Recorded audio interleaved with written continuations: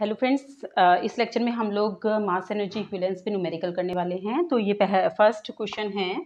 देखिए, a stationary mass explode into two fragments each of mass 1 kg that move apart at a speed और 0.6 c relative to the original body. Find the mass of the original body. तो इसमें आपको friends ध्यान रखना है, एक तो इसमें दो तरह के कॉन्सेप्ट यूज होने वाले हैं। एक तो यहाँ पे स्पेशल थ्योरी ऑफ रिलेटिविटी लगेगी क्योंकि 0.6 c है वेलोसिटी फ्रेगमेंट्स की। और सबसे पहली बात कि एक बॉडी है जो किसी मास की है वो हमें नहीं पता है, वही हमें फाइंड आउट करना है ओरिजिनल मास। ये जब एक्सप्लोड हुआ तो दो फ्रेगमेंट में डिवाइड हो गया, ठीक है। तो ये मैंने अपोजिट डायरेक्शन में फ्रेगमेंट इसलिए बनाए हैं कि मोमेंटम कंजर्व होगा, तो दोनों अलग डायरेक्शन में निकलेंगे, एक ही डायरेक्शन में नहीं निकल सकते। ये मान लिया m1 मास है, ये m2 मास है। जब ये बॉडी एक्सप्लोड हो रही है और अगर ये एक्सप्लोड होने के बाद इन दोनों मास को इतनी वेलोसिटी दे रही है, कंपैरेबल टू c है, देख रहे हैं आप, दैट मीन्स कि जब ये जो मास है इतनी वेलोसिटी से जब मूव कर रहे हैं तो इनका मास रिलेटिविस्टिक मास हो जाएगा। दैट मीन्स कि रेस्ट मास अगर उनका m0 है तो m1 इनका रिलेटिविस्टिक मास है जो कि ग्रेटर होगा एज कंपेयर टू m0, ठीक है। तो इसीलिए m1 आपका, आप ये बात समझ लीजिए, हमें पता है कि m इक्वल टू होता है m0 upon square root 1 minus v square upon c square. अगर कोई मास v वेलोसिटी से मूव कर रहा होता है और रेस्ट, जब उसकी वेलोसिटी 0 होती है तो उसका रेस्ट मास मान लिया m0 है, तब उसका मास इंक्रीज हो जाता है v वेलोसिटी से चलने पे। ऐसे ही इन फ्रेगमेंट्स का मास भी इंक्रीज हो चुका है और वो इंक्रीज मास m1 और m2 है, दोनों हो सकता है सेम है, मान लिया m ही ले लो आप, ठीक है, दोनों को, लेकिन इनका रेस्ट मास डिफरेंट होगा। ये मान लिया m0 होगा और ये m0 कितना दे रखा है 1 kg। द स्टेशनरी बॉडी, अभी ये स्टेशनरी बॉडी है, ये जब एक्सप्लोड हुई तो उसने 1 kg मास के दो फ्रेगमेंट जनरेट किए, दोनों का मास सेम है, वो कितना है 1 kg। और we have to find the original mass of the body. तो इसके लिए आपको क्या करना पड़ेगा, एनर्जी कंजर्वेशन लॉ लगाना पड़ेगा। तो देखिए, आपको पता ही है कि एनर्जी ऑफ द बॉडी क्या होती है, mc स्क्वायर टोटल एनर्जी इस बॉडी की प्लस दिस। और पहले क्या थी, एक कंपोजिट बॉडी थी m, बॉडी का मास m है, भले ही रेस्ट में है, तो दैट मीन्स कि ये इसका रेस्ट मास है। तो m rest mass of the body है, लेकिन एनर्जी कितनी होगी इस बॉडी की, mc स्क्वायर। तो इस वाले इक्वेशन से आप m की वैल्यू निकाल सकते हैं। ये पता चल गया ना आपको, ये बॉडी रेस्ट में है, लेकिन रेस्ट में होने के बाद भी आइंस्टीन के इक्वेशन से इसके पास mc स्क्वायर एनर्जी है, जहाँ पे m इसका मास है और ये मास हमें फाइंड आउट करना है। ये दो फ्रेगमेंट में डिवाइड हुआ है, हमें पता है दोनों फ्रेगमेंट का रेस्ट मास 1 kg है, लेकिन अब इसका मास m हो चुका है। तो हमने इनका mc स्क्वायर एनर्जी ली है, दोनों की एनर्जी mc स्क्वायर के इक्वल होगी। तो यहाँ पे हमारा 2mc square is equal to mc square के इक्वल, एंड देन ये कैंसिल हो जाएगा, capital M is equal to 2m के इक्वल। लेकिन friends m is equal to क्या है, m0 upon square root 1 minus V square upon C square. अगर आप इस बॉडी को क्लासिकली, इस कंडीशन को क्लासिकली ट्रीट करते, v की वैल्यू आपकी कंपैरेबल टू c नहीं होती, जनरल जैसे 2 किलोमीटर ये सब होती, बहुत छोटी होती सी से, तब उस कंडीशन में आपका कंपोजिट में m is equal to 2m ही होता। लेकिन यहाँ पे क्योंकि रिलेटिविस्टिक थ्योरी लग रही है, बहुत ज़्यादा स्पीड है, इसीलिए ये इससे कैलकुलेट करेंगे। v की वैल्यू आपको बताई दी है उसने, 0.6 ऑफ c है।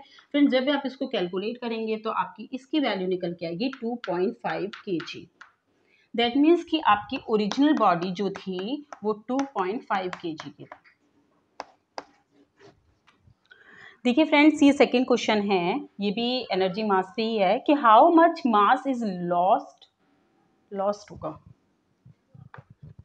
when 1 kg of water at 0 degree centigrade turns into ice at 0 degree centigrade। मैंने आपको मास एनर्जी इक्विवेलेंस में बताया है कि मास आइंस्टीन के अकॉर्डिंग मास जो है वो एनर्जी की फॉर्म में है।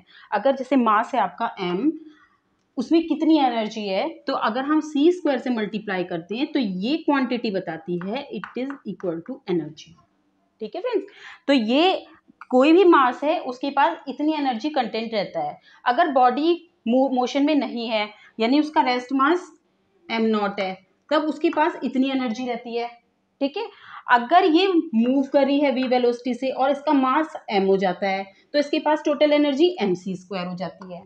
मूव कराने के लिए आप फोर्स लगाते हो, फोर्स लगाने के लिए आप वर्क करते हो, ठीक है ना। जब फोर्स लगेगा तो वर्क होगा, तो वर्क इसके अंदर स्टोर हो जाता है एनर्जी की फॉर्म में, तो वो उसकी एनर्जी को इंक्रीज कर देता है, काइनेटिक एनर्जी को। तो टोटल काइनेटिक एनर्जी जितना मास इंक्रीज हो गया, बाद में मास m था, रेस्ट मास m0 था, इसको c² से मल्टीप्लाई कर दें तो काइनेटिक एनर्जी निकलती है। दैट मीन्स कि ये चीजें आपको क्लियर होनी चाहिए कि क्या काइनेटिक एनर्जी, क्या टोटल एनर्जी है, क्या रेस्ट मास एनर्जी है। अब हमारे पास अगर कोई ऑब्जेक्ट मान लिया रेस्ट में, m0 इसकी एनर्जी है, मास है, तो हमने कहा कि इसके पास इतनी एनर्जी है, इसको हमने किसी भी तरह से इस मास को एनर्जी प्रोवाइड की, मान लिया गर्म कर दिया, ठीक है। अब हीट भी तो एक एनर्जी की फॉर्म है ना, तो हीट इसमें सप्लाई कर दी। जैसे ही ये ऑब्जेक्ट मान लिया शुरू में T टेम्परेचर पे थी और जब आपने इसमें Q हीट ट्रांसफर कर दी तो इसका टेम्परेचर इंक्रीज हो जाएगा, क्योंकि हीट तभी तो पता चलती है, आप जब हीट ट्रांसफर होती है तो टेम्परेचर इंक्रीज हो जाता है, ये आपने थर्मोडायनेमिक्स में पढ़ा है। तो मान लिया पहले टेम्परेचर T1 था, अब T2 हो गया and T2 is greater than T1 है, तो आपने क्या Q अमाउंट ऑफ हीट इसमें ऐड कर दी। ऐड करने से इसका मास इंक्रीज हो जाएगा, क्योंकि देखिए अगर किसी भी चीज को आप गर्म करते हो तो उसमें एनर्जी डाल रहे हो, ऑलरेडी उसके पास इतनी एनर्जी है क्योंकि उसका रेस्ट मास m0 है, इतनी एनर्जी उसके पास है और ऊपर से आपने और ज्यादा इसको हीटअप कर दिया, किसी भी तरीके से आपने इसको हीटअप कर रहे हैं, तो हीट करने से इसके अंदर एनर्जी हो जाएगी, बढ़ जाएगी और ये एनर्जी mc² के इक्वल हो जाएगी, जितना भी मास इसका बढ़ गया होगा। प्लस नहीं लगाएंगे यहाँ पे, अब इसमें हीटअप होने के बाद एनर्जी बढ़ गई है। दैट मीन्स कि अगर कोई बॉडी रेस्ट में कोल्ड जब होगी तब उसकी एनर्जी कम होगी और जब हॉट होगी तो उसकी एनर्जी ज़्यादा होगी, क्योंकि उसका मास इंक्रीज हो चुका है, ठीक है। ऐसे ही अगर किसी बॉडी से आपने हीट निकाल ली, अगर हीट निकाल ली है तो उसका मास कम हो जाएगा। सेम कॉन्सेप्ट हम इस वाले क्वेश्चन में लगाने वाले हैं। देखिए, how much mass is lost when 1 kilogram of water at 0 degree centigrade turn into ice. देखिए, अगर आपको आइस बनाना है वाटर को तो उसमें से हीट निकालनी पड़ेगी, और ये आपने थर्मोडायनेमिक्स में पढ़ा है कि 0 डिग्री सेंटीग्रेड सेम टेम्परेचर पे अगर आप हीट निकालते हो तो उसकी लेटेंट हीट होती है, उससे फेज ट्रांजिशन होता है। तो हमने पढ़ा था delta Q is equal to m into L, इसमें ये वाला फॉर्मूला लगता है जिसमें L लेटेंट हीट होती है, और जब हम वाटर की में से हीट निकालते 80 किलो कैलोरी हीट निकालते हैं तो ये जो वाटर है वो आइस में कन्वर्ट हो जाता है, ठीक है। ये आपने 12th में भी पढ़ रखा है। तो L की वैल्यू 80 किलो कैलोरी होती है। तो हमने यहाँ पे मास कितना है 1 किलोग्राम, तो 1 इंटू 80 किलो कैलोरी, कैलोरी में कन्वर्ट करना है, 10⁻³ से मल्टीप्लाई कर देंगे। तो फ्रेंड्स इतनी हीट इसमें से हमने निकाल ली है। अगर हमने हीट निकाली है तो इसका मास कम हो जाएगा, अगर इसमें हीट ऐड करते तो इसका मास बढ़ जाता। तो इसीलिए आपको पता है delta E is equal to delta m into c² हो जाएगा, क्योंकि मैंने बताया था E is equal to mc² है। अगर आपने यहाँ डेल्टा लगाया this is heat loss in this case, तो इसीलिए मास लॉस कितना जाएगा डेल्टा E अपॉन c²। तो आपको इसको 80 इंटू 10⁻³ को c² से 8 डिवाइड करेंगे तो फ्रेंड्स डेल्टा m की वैल्यू 3.73 इंटू 10⁻⁻12 किलोग्राम आएगी। आप देख रहे हो कि कितनी कम क्वांटिटी है, 10⁻⁻12, यानी कि क्लासिकली आप इसको ऑब्जर्व कर रहे हैं तो नहीं पता चलेगा क्योंकि ये मास में चेंज बहुत कम हुआ है। लेकिन अगर आप माइक्रोस्कोपिक पार्टिकल लेते हैं तब उस कंडीशन में हीट लॉस या मास डिफेक्ट निकालते हैं तो वो कंसिडरेबल होता है, तो वहाँ पे हम इन चीज़ों को कंसिडर करते हैं। और यहाँ पे हमने निकाल के दिखाया कि इतनी कम लिमिट की चीज़ों को हम डेली लाइफ में कंसिडर नहीं करता। इसी को आप इस क्वेश्चन का एक और पार्ट भी हो सकता है फ्रेंड्स कि अगर मान लिया how much mass is gain by 1 kg of water when it is heated at 100 degree centigrade and convert into vapour, तब वो क्या करेगा, हीट को एब्जॉर्ब करेगा। हीट एब्जॉर्ब करेगा तो उसका मास इंक्रीज हो जाएगा क्योंकि वेपोराइज हो जाएगा। और आपको पता है कि वेपोराइजेशन की जो लेटेंट हीट होती है वो कितनी होती है, उसमें आप वो रख के डेल्टा क्यू निकालना, कितनी हीट ऐड की है, उससे आप मास डिफेक्ट निकालोगे, तब सॉरी मास डिफेक्ट नहीं, उसके बाद मास इंक्रीज हो जाएगा, चेंज इन मास निकल जाएगा आपका। तो कितना मास इंक्रीज हो चुका है वो आप निकाल सकते हो जब आप वाटर से वेपर में कन्वर्ट करते हो at constant temperature 100 degree centigrade. ठीक है, नेक्स्ट क्वेश्चन करते हैं। देखिए फ्रेंड्स, ये भी बड़ा अच्छा क्वेश्चन है। Question number 3, the velocity of a particle at which, हमें वेलोसिटी निकाल रहे हैं पार्टिकल की जिस पर the kinetic energy is equal to its rest mass energy. ठीक है, दिमाग में ध्यान रखना है हमारे पास क्या क्या है। हमारे पास रेस्ट मास एनर्जी कितनी है, m0c²। टोटल एनर्जी कितनी है, m into c²। Kinetic energy कितनी होती है, चेंज इन मास, क्योंकि आपने फोर्स लगाया है, वर्क किया है, एनर्जी उसके अंदर चली गई है काइनेटिक एनर्जी की फॉर्म में, तब डेल्टा m इंटू c²। जहां डेल्टा m कितना है, m final mass into minus rest mass into c²। ठीक है, ये सब चीजें क्लियर है आपको। अब हमें क्या निकालना है, वेलोसिटी ऑफ द पार्टिकल जब kinetic energy K is equal to rest mass energy E naught से रिप्रेजेंट कर दे इसको, जिससे कंफ्यूजन ना हो। साथ में एक फॉर्मूला और याद रखना है, m इक्वल टू होता है m0 अपॉन दिस।